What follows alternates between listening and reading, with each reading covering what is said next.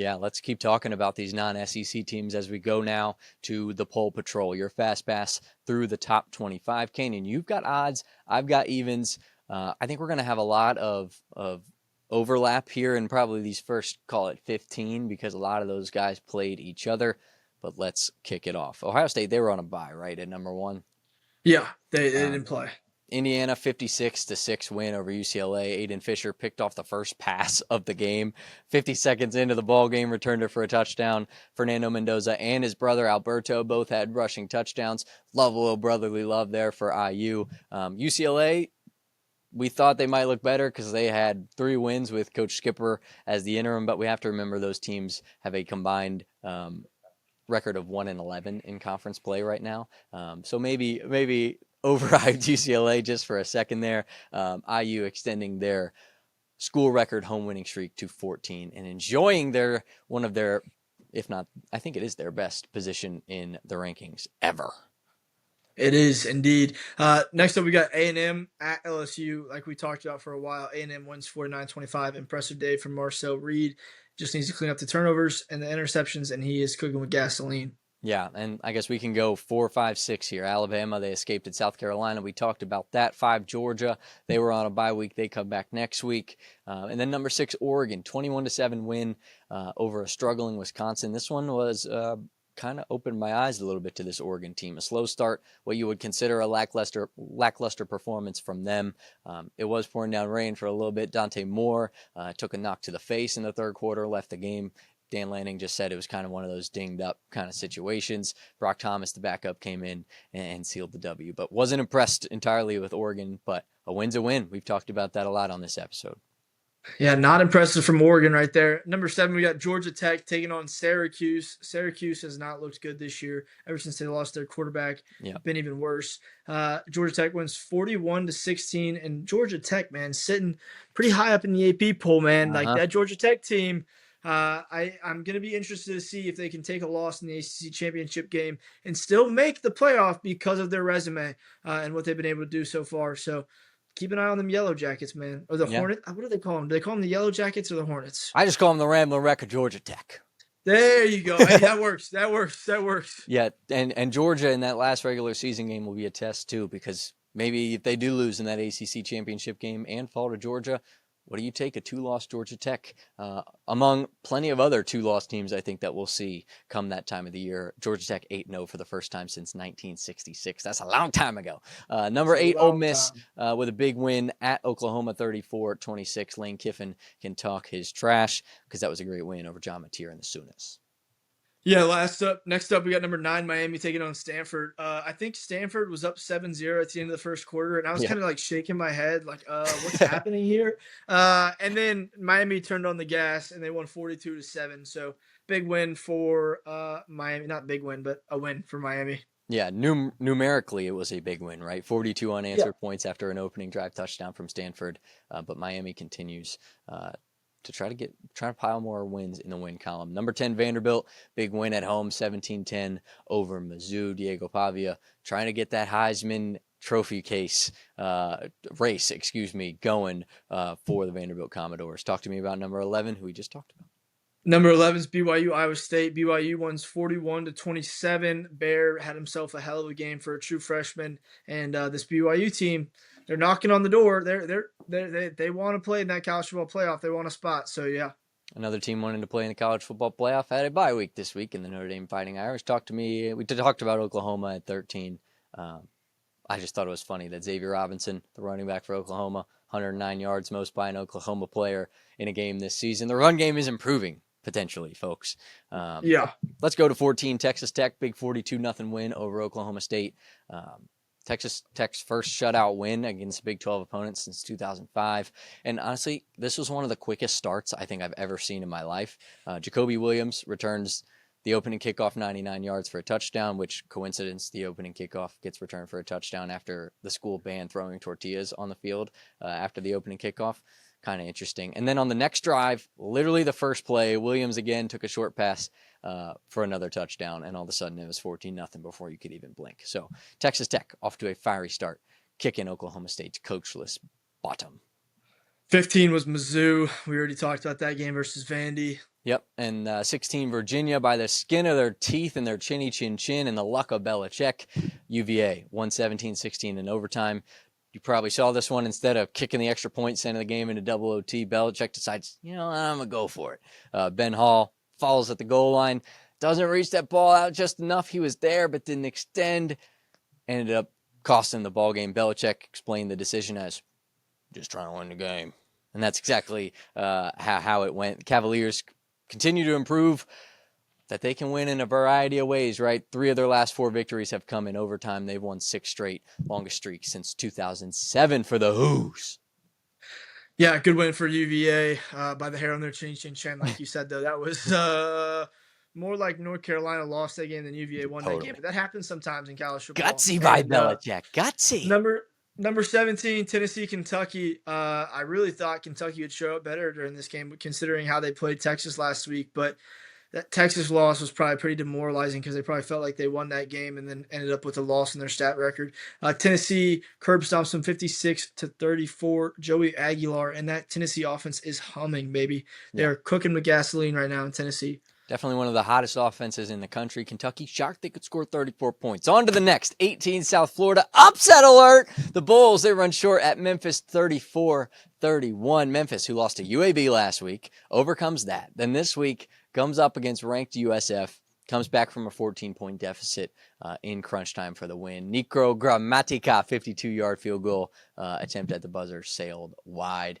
Ball game, Memphis Tigers. Upset alert. Number 19, we got the Louisville Cardinals taking on Boston College, 38-24.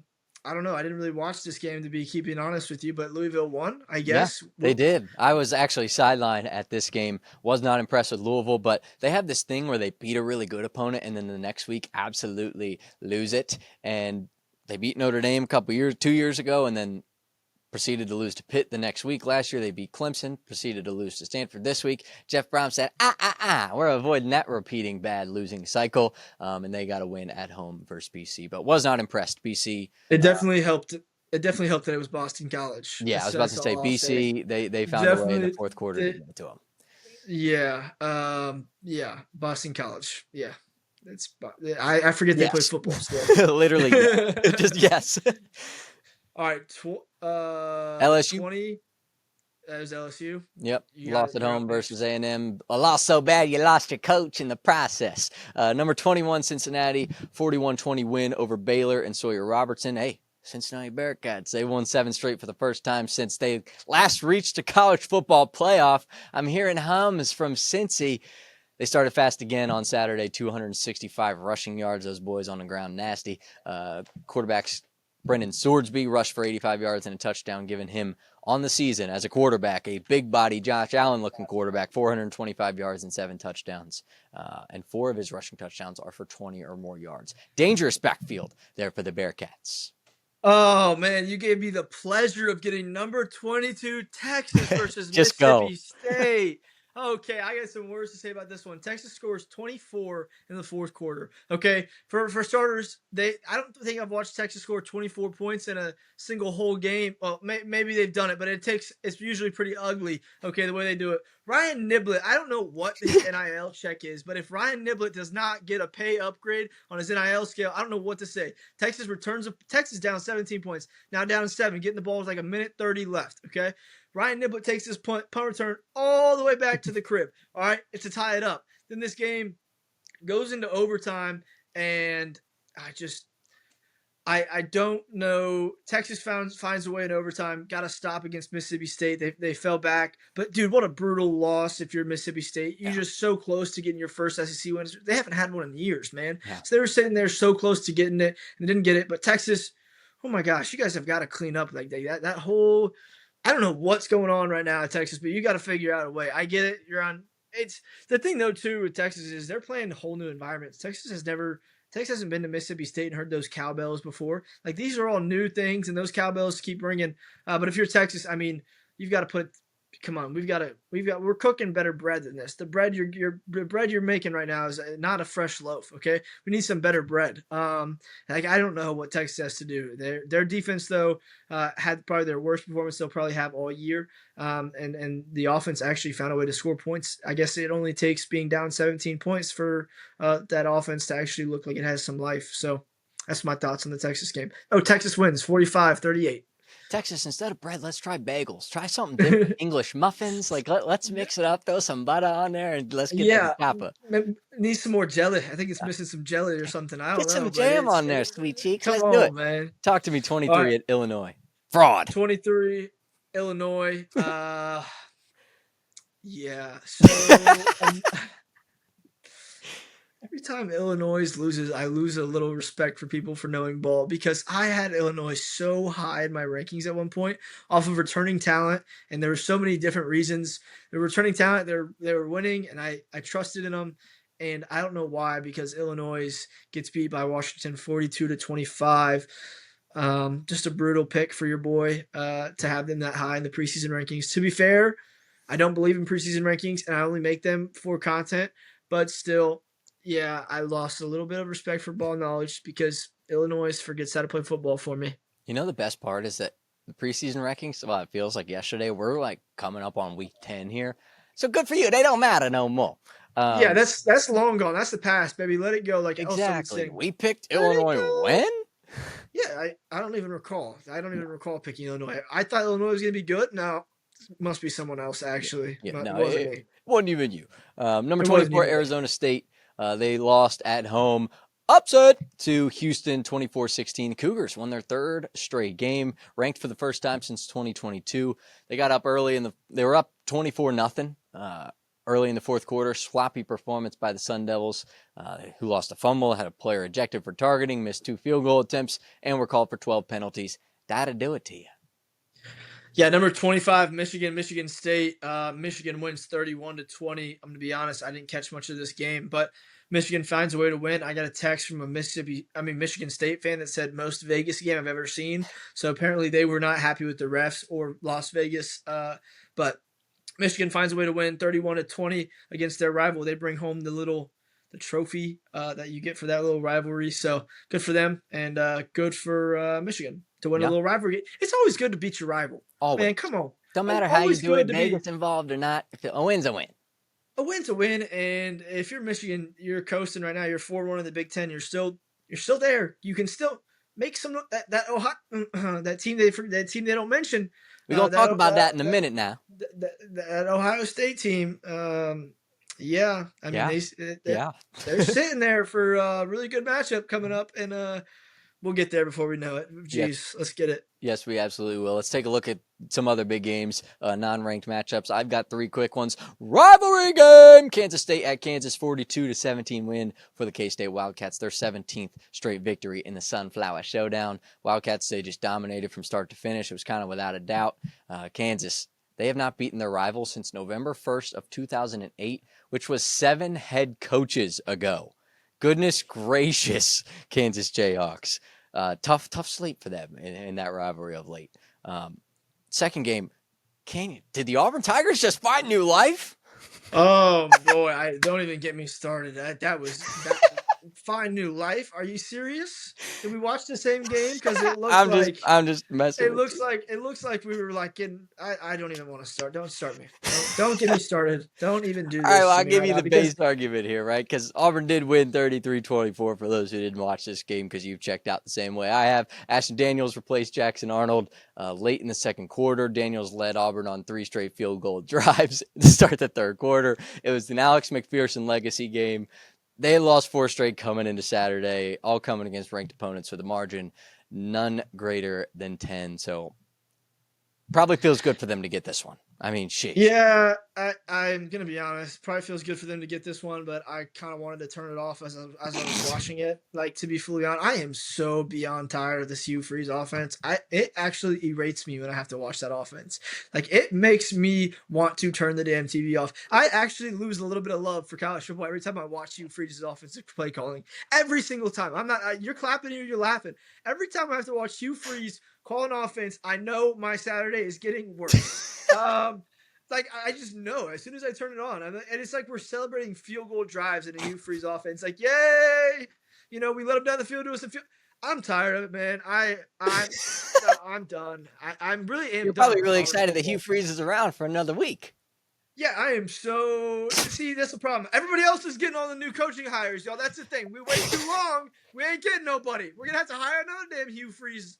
Come on, guys. Oh, What are we doing here? No. We got John Summerall right there at Tulane. He's just waiting. Come on, guys. Make the damn call.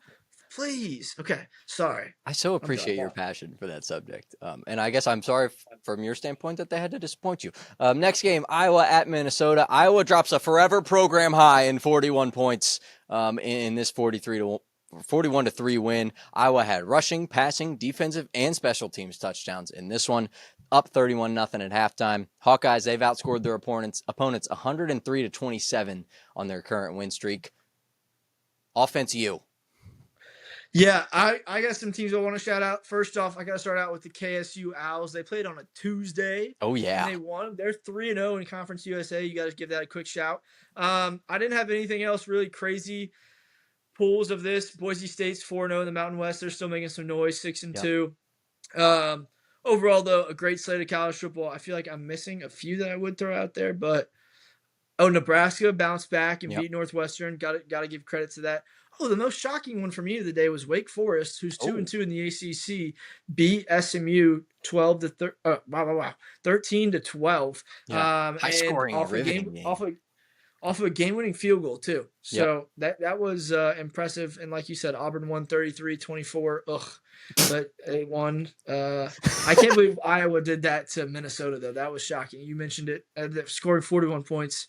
It was definitely not on my bingo card for Iowa this year, but they did it against a non-FCS school, an actual FBS school. So right.